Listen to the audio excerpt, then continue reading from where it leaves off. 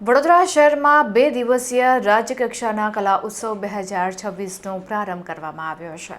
રાજ્યના શિક્ષણ વિભાગ, ગુજરાત શૈક્ષણિક સંશોધન અને તાલીમ પરિષદ ગાંધીનગર દ્વારા વડોદરામાં યોજાયેલ વિકસિત ગુજરાત એટ 2047 થીમ આધારિત 2 દિવસીય રાજ્યકક્ષાના કલા ઉત્સવ 2026ના અંતિમ સ્પર્ધામાં રાજ્યના ખૂણે ખૂણેથી આવેલા 60 વિજેતા કલાકારો તેમના શિક્ષકો સાથે આવ્યા હતા.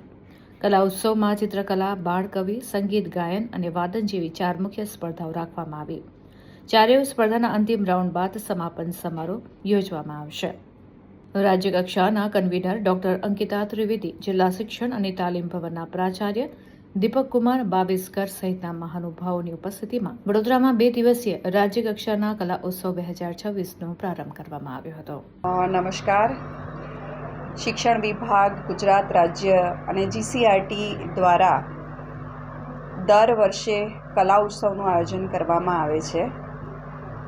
આ કલા ઉત્સવનું આયોજનમાં ગુજરાત રાજ્યના જુદા જુદા જિલ્લાઓમાં ઉચ્ચ પ્રાથમિક વિભાગ, માધ્યમિક વિભાગ અને ઉચ્ચતર માધ્યમિક વિભાગના વિદ્યાર્થીઓ જુદી જુદી સ્પર્ધાઓમાં ભાગ લેવામાં આવે છે. સ્પર્ધાઓની વાત કરીએ તો બાલકવિ સ્પર્ધા, ચિત્ર સ્પર્ધા, સંગીત ગાયન સ્પર્ધા અને સંગીત વાદન સ્પર્ધા.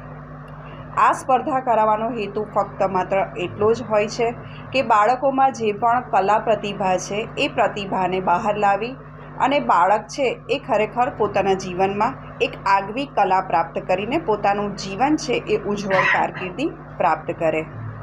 આ જે કાર્યક્રમ છે એ શાળા કક્ષાથી લઈને રાજ્ય કક્ષા સુધી યોજવામાં આવે છે. બાળક છે એ શાળા કક્ષાએથી વિજેતા થઈ અને CRC કક્ષાએ, CRC કક્ષાએથી BRC કક્ષાએ, ત્યારબાદ જિલ્લા કક્ષાએ, ઝોન કક્ષાએ અને ત્યાર પછી રાજ્ય કક્ષાએ આવે છે.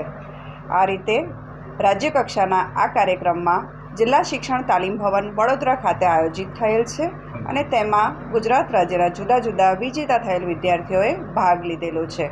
નમસ્કાર.